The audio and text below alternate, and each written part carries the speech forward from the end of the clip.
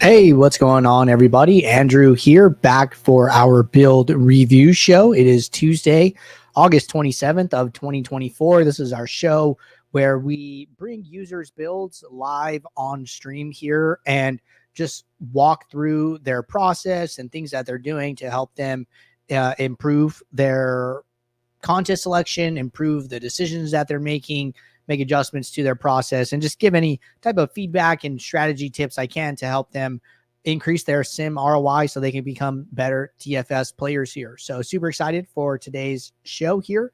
We have 3 people who signed up for today, so it should give us plenty to talk about. So let's jump right in. Our first person is going to be Raf LP here, and we're actually going to be doing something a little bit different and looking at one of his tennis builds. So this is the first time we'll be doing a tennis review here. So kind of excited about it here to see what we can find for this tennis slate. So looks like they played yesterday on Monday here. Going to start in the contest tab as always. So if you guys are familiar with some of the reviews we've done of RAF in the past, usually playing like $80-ish on an MLB slate, notice how they scale down for a contest, for a sport that maybe they're not so familiar with, right? I actually really like this concept of like, hey, maybe you're a really good, MLB player, your numbers support that, but maybe you want to go and try a different sport for the first time. You really should scale down and you shouldn't be playing as much of your bankroll as you normally would for an MLB slate. Like, don't carry that over. Start a little bit smaller, right? So here playing like $37. I think that's good. I don't know what the lobby looks like either for tennis so much here. So, they have like $10 in single entry and 3 max. Their other 27 is in 20 maxes here. I think this is a fine split. Tennis lobby's probably going to be a little bit different than the other, sports that have like a little bit bigger overall prize pools. So I think the split here is good, doing what they can with the contests that are available to them. So either way, let's jump in here and see how their lineup's graded out. So we're going to look at this $1 20 max ace contest here. And let's bump open the users tab.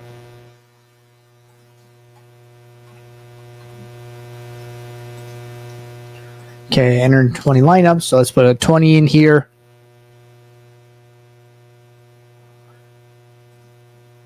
Okay, so gonna note some metrics here. So Raf using like 49.8 salary, about -1% sim ROI. All unique lineups, so 20 out of 20 unique. Sim average score of about 327. So those are like my big takeaways so far from looking at his set here. We can even close this lineup pane. We don't need it. So let's sort by sim ROI, and we have this filter in for people who max the contest. So it looks like some of the highest sim ROIs in like the 40-ish% range here. So definitely some room for improvement. So this is a good one that we've done here, right? We've done a ton of reviews with RAF for MLB, and their sim ROIs have been climbing here. So let's do the same thing for tennis. So high salary seems pretty consistent with some of the top sets here. I don't know what the defaults are. Uniqueness, most of these lineups are unique. I would say that, sim average score is going to come into play here, right? You had like 327. We're seeing 337, 336, 340, 339, 334, 335, 333, some of like the lower ones. But even then, we're still, 6-7 points away here. So I would say that, this is probably going to be one of the quickest and easiest things that you can do to improve your sim ROI here, is working on increasing the sim average score. But let's jump into this 20 max build, see what we can find, and then kind of see if we can figure out why we're getting to low sets here.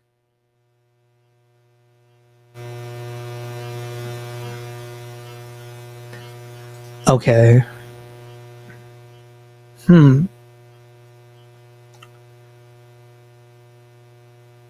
So it looks like he curated his player pool pretty significantly. I'm not 100% sure why or how these decisions were made.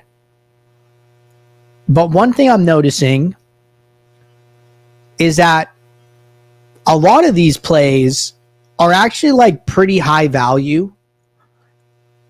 And this could be part of the reason why the sim average scores are lower, because maybe they're missing some of these like key pieces that allow you to fit in other higher projected plays, right? So like some of these, man, I can't even say these last names, but Yulia and Francisco and Tomova and Boo here, right? All these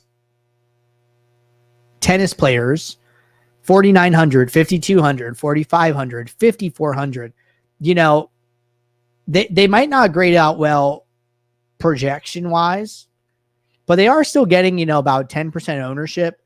And the value on them is, you know, they're still all like top 10 value on the slate. So it's not to say that like you have to jam them in, but remember that when you take a stand, when you take somebody out of your player pool, that is taking as much of a stand on them as against them, right? Like leverage works, you know, in both directions. Positive leverage when you're over the field, and then negative leverage when you're under the field, right? The most neutral thing you can do is match a player's ownership with your own exposures. So this is like a pretty strong stand against some of these tennis players here, and especially some of these high value, low salary ones, I think is hurting your number of combinations of possibly getting to some of these higher projected plays. And like we can kind of see that just based on your exposures, right? Like Taylor Fritz, 48% owned, you know, only 30% in the pool. Alexander Zverev, 36% owned, only 10% in the pool. Now, it might be easy to confuse this and say like, oh, they're not a good play.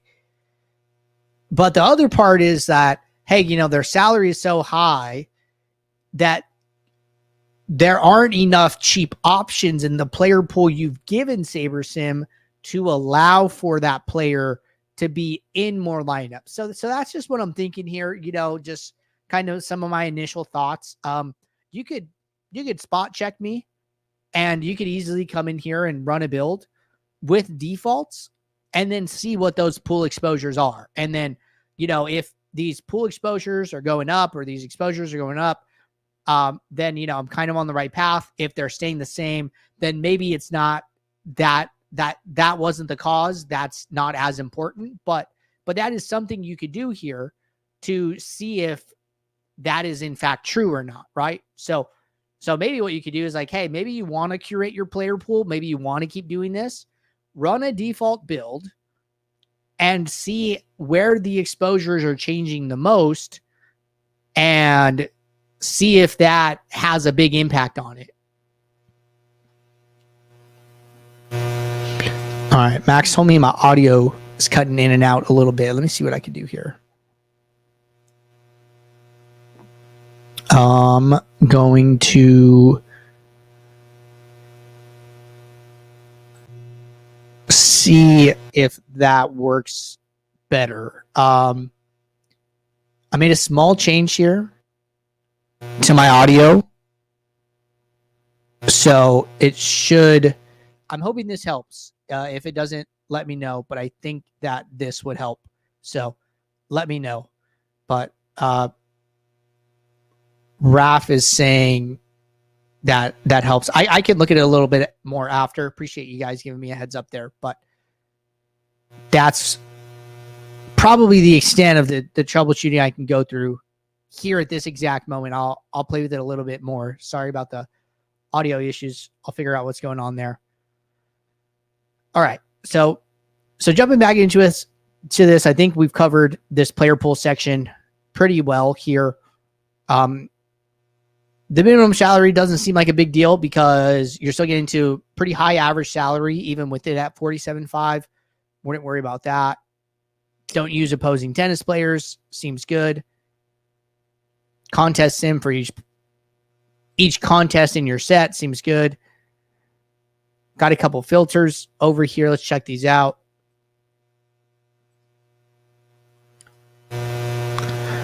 Okay, so we have a tennis ownership greater than X. We have ROI greater than 0.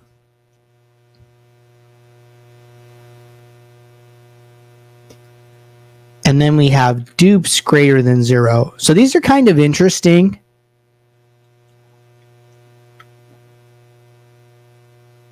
I understand why we're using 3 contest sims, because you have 3 20 maxes. So you're just grouping these together. So that makes sense.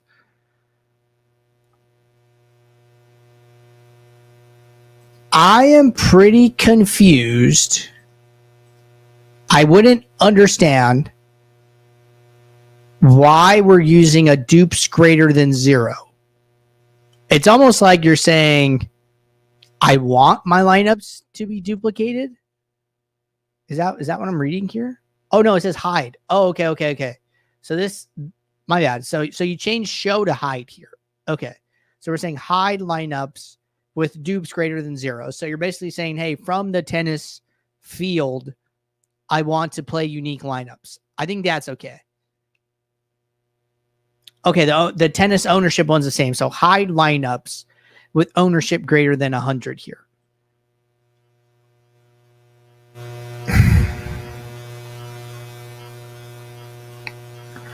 What happens when I turn these 2 off?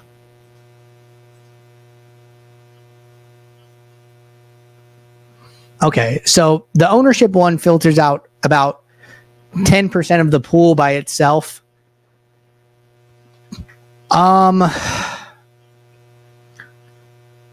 So I don't know if I love this sum ownership rule as much for tennis as I would say I like it for something like MLB. And the reason for that is, well, it is a 35 match slate.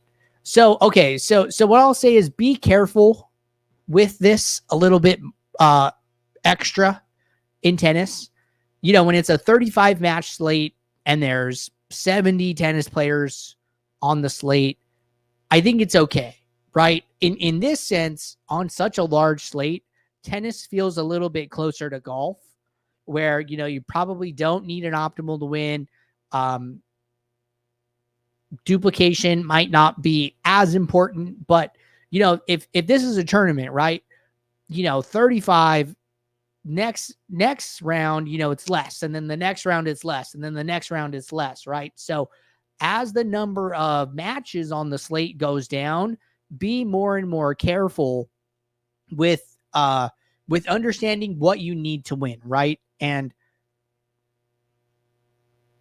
sim diversity is already at 10 here, but I would say if you're approaching, you know, 25 matches, 20 matches, like you're getting down in that like 40 person range, 50 person range, I would be more interested in using geometric mean than some ownership in that sense. So just be careful with that.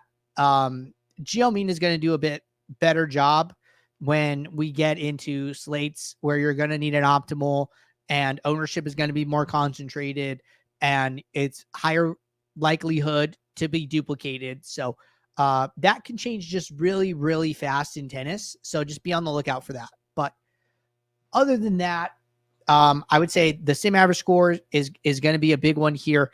I know you said something about that. I think I missed it. Was taking out players projected less than 40 for the first round of a major. Just something to try to really hit a 6 of 6. Okay. I think it's fine to experiment and do different things. I think that kind of the takeaway for me is maybe try doing different things for different contests, especially when you're new to tennis, right? Or newer, not as seasoned. So like, hey, maybe I,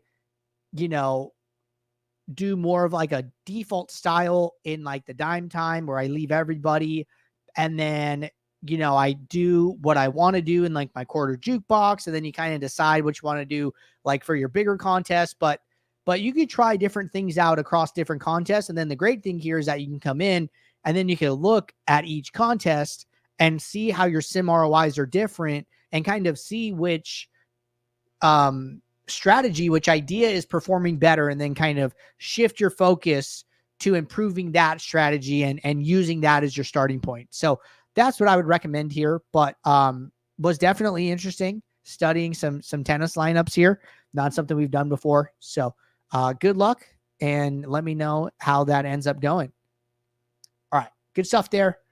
Going to move on to our second person here, who's going to be Mark. And we'll get Mark up on the screen in a minute here. Going to jump back to MLB for yesterday.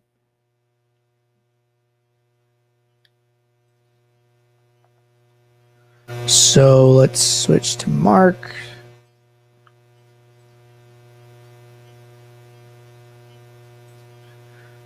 Alrighty.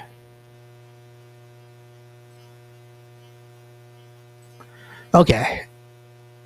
All good here. So let's jump in and see what Mark had going on for yesterday's MLB main slate. So starting with contest selection.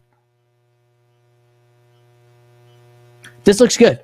Contest selection looks great, right? Starting from the bottom up, $1, $3, $5 singles, $1, $3, $5, 3 maxes, quarter jukebox, $1.20 mini max. All low stakes contests until he can't. Like the only one was the $5 3 maxes, which is totally good. So contest selection looks very, very nice here. Like what I'm seeing there. Let's start with the solo shot.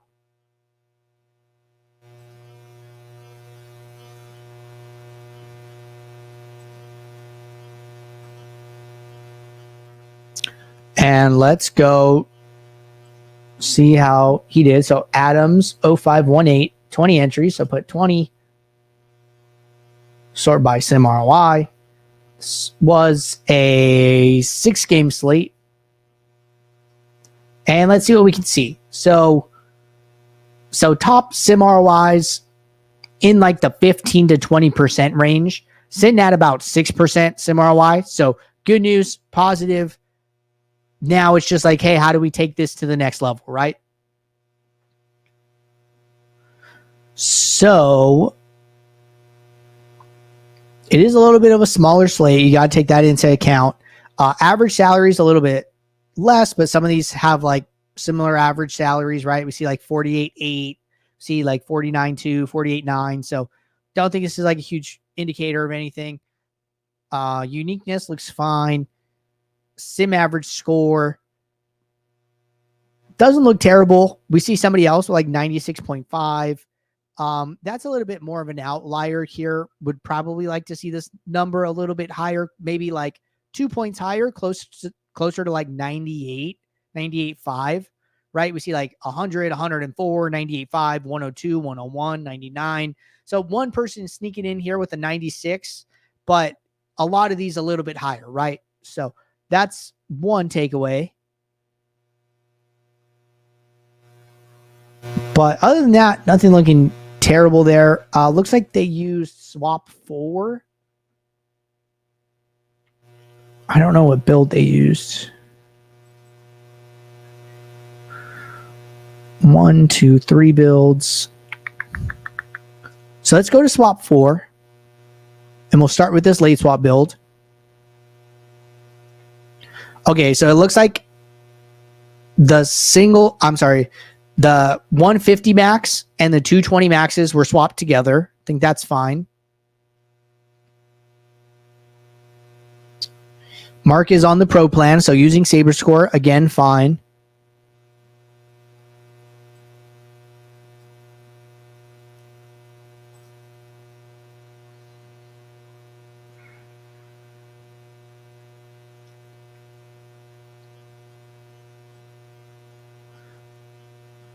No minimax exposures.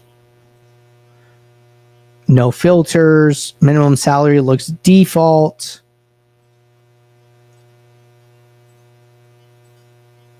No rules.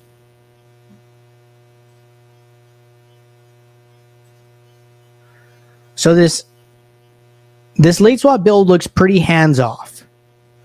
Now let's see if we can go and figure out which one was the base build.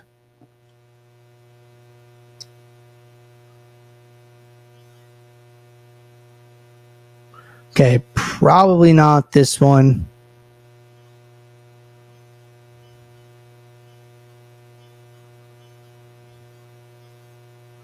Let's check out build 2. Okay, it might be this one.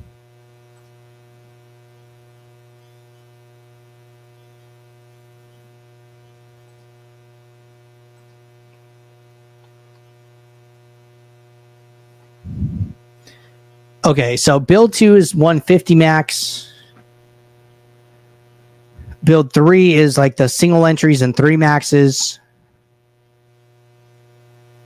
And then build 1 is the 20 maxes here. So a little interesting that build 1 and build 2 were separated initially, but then they get combined in a late swap. I don't think it's a huge deal.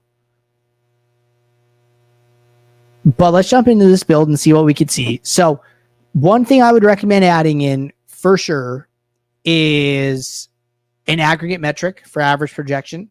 So come in here, add in average projection. That way, when you're adjusting this min unique, you can see the effect that it's having on your set, right? So 97.2 at min unique of 6. You know, at min unique of 5, it goes up to 98.5, right? This is like where we were saying like we wanted to be, right? So this gives you an opportunity to say, hey, you know, if I go from 5 to 6, I lose 1.3 points in average projection. Am I actually okay with the exposures and leverages that I'm seeing at 5, or do I really need to go to 6? And that just gives you an opportunity to make a more conscious decision about what you're sacrificing for the additional diversity in return, right? So having this average projection allows you to, having this aggregate metric allows you to see that average projection and just have that data point to use in your decision-making process here, right? So, you know, if 5 feels the same as 6 to you, I would much rather you stay at 5 in this case to preserve that 1.3 points in average projection, which seems to go a long way in the post-contest review, right? So add this in for information. One thing that, you know, we've been recommending here is like, hey, when you're seeing that you're playing a little bit lower sim average score sets and you could benefit from playing higher sets, you know, come in here and add in a filter, right? Show me lineups with projected score greater than. You start with a number, right? Say I'm gonna start with 87, and you're gonna see how many lineups that gets rid of, right? Trying to find a number that gets you to about 10 to 20% of your lineups in the trash. And at 88, it's like 433. For the sake of this example, this is close enough. But sometimes this can have an effect on what lineups you end up playing, right? So that's just kind of a safeguard filter more than anything, but the aggregate metric I think will help you out a lot.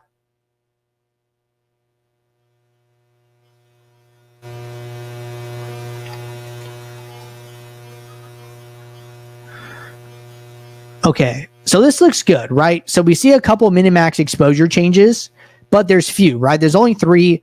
It's okay to have opinions. It's okay to make these adjustments, especially after using min uniques, right? Coupling those two things together. So I don't have a problem with that at all.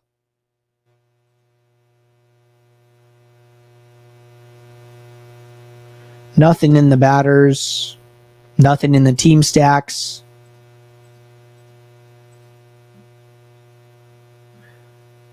looks like playing at least a 4 stack in every lineup. I don't think that's a bad thing at all. So good news is I don't think you're that far away here, right? A lot of this looks really good, and I'm happy with what I'm seeing. I'd say biggest things, this average projection aggregate metric can help you out a ton.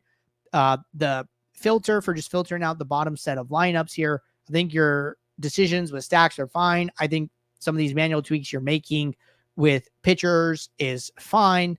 And I'm not seeing anything else here that's really like worrying me or making me nervous to anything that you're doing, right? One other small thing here that you could experiment with is that typically salary is correlated with average projection, right? So sim average score. You can try bumping this up a little bit, maybe like 48.5, give it like a small boost, see if that helps at all. But I would try those things out and see if we can, see if you start to see your sim ROI climb there from, 6% to closer to 10 and so on and so forth. So give those things a try, but good stuff. Otherwise, contest selection was phenomenal. All right. So far, so good here. Going to get our next person up on the screen here. Looks like we have Black Mamba from the Discord and actually asking us to go and look at their FanDuel build. So this will be fun. So let's get this up.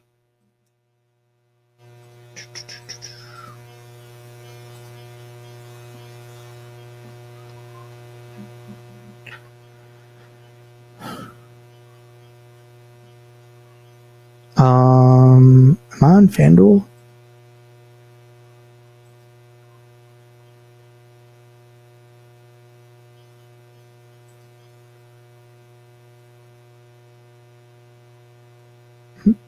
Okay.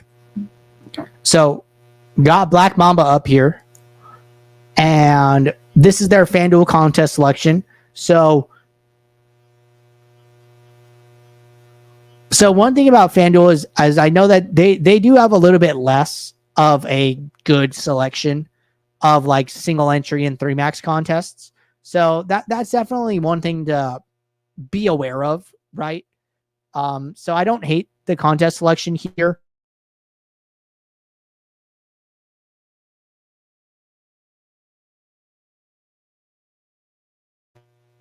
Playing this $2.22 25 max is fine. They could have probably played like the $1.10 max. I'm sorry, the $10 single entry or something like that. But I think this is okay. Different sites, it's going to be harder, or different sports, different slates are going to be harder to always follow the profit plan perfectly. So still doing a good thing here and playing all of the low stakes contests first, which I think is the most important takeaway from this contest selection piece. Reminder that we don't have contest flashback for FanDuel because we don't have access to the contest data. So let's jump into the builds here and see what we can see.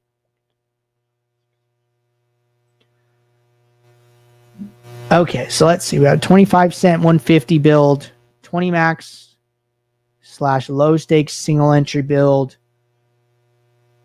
flagship single entry, 5 cent 150 max. So it looks like they like to split up their builds here. This is okay. This is totally fine to do. One thing I'd say, just as far as like setting everything up and setting up your builds and your late swaps and all of that.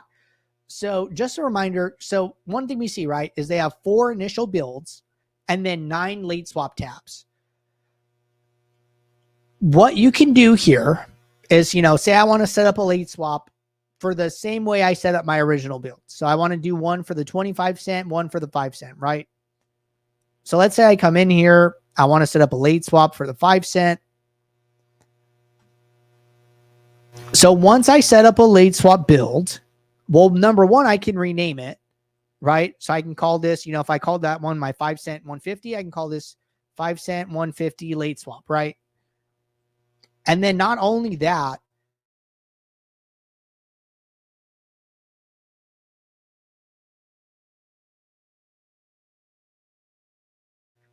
I don't need to open additional swap builds as the night goes on. So the only thing I need to do is I need to come in here, and when the slate locks and I'm ready to do my new late swap or the new games lock or whatever, I just need to come in here and refresh the projections. Now, when I do that, that will allow the builder to say, oh, okay, the Padres and Cardinals game started. I'm going to gray out these players in the table. And then, that's how you can spot check it, right? Just like whatever game locked, go and look at those games players, see if they're grayed out, and you're all set. So if you're going to run, 4 original builds and you want to have your late swap set up the same way, you really only need 4 late swap builds.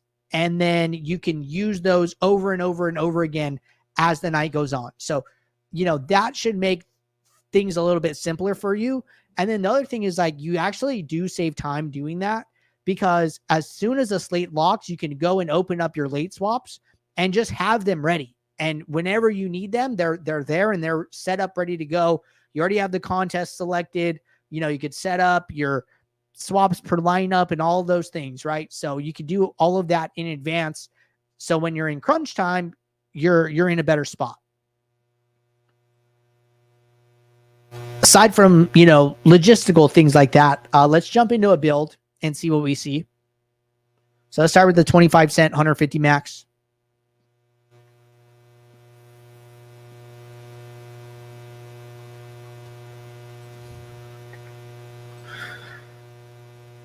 Okay, so using an ownership filter, I think that's fine. Using multiple contest sims, ROI greater than 0, I think that's fine.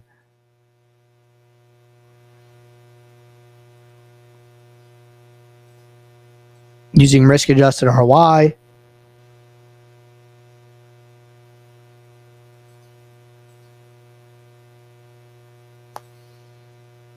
One of the very few people to use compact mode, but I think that's cool.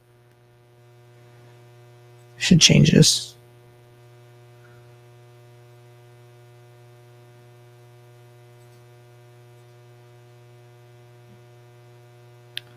Okay, good stuff there.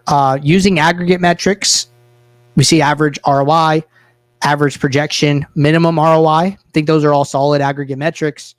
Min unique of 2. Again, that's going to be very specific to your risk tolerance. I think that's good.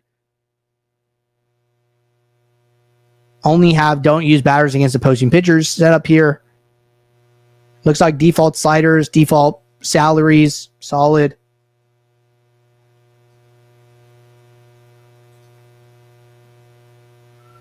No major changes in the all tab. No changes in the all batters tab. No adjustments in the pitchers tab. So pretty hands-off approach here, which I think is good, right? The only thing I've done is like, hey, I want at least a stack in every lineup. So they unchecked no stacks. I think it's good. So, we can't do as much analysis here, unfortunately, as far as how this person is doing. But from everything I'm seeing, their process looks very, very strong. Filters, aggregate metrics, min uniques to the right level for them, stack types, hands-off approach. Everything looks really, really good. So I'm very happy with what I'm seeing here.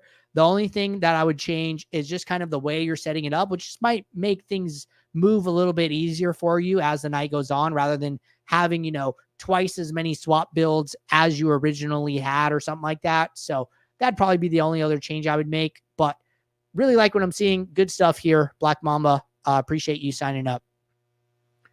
But all right, everybody, that concludes the people who signed up for today. If anybody tuning in here wants to have this type of content and an analysis done for themselves, drop your DK username in the Office Hours channel in Discord, and I will add you to the queue for tomorrow. We do this show Monday through Friday, 5 p.m. Eastern. So until then, everybody, take care. Good luck. Thanks. Bye.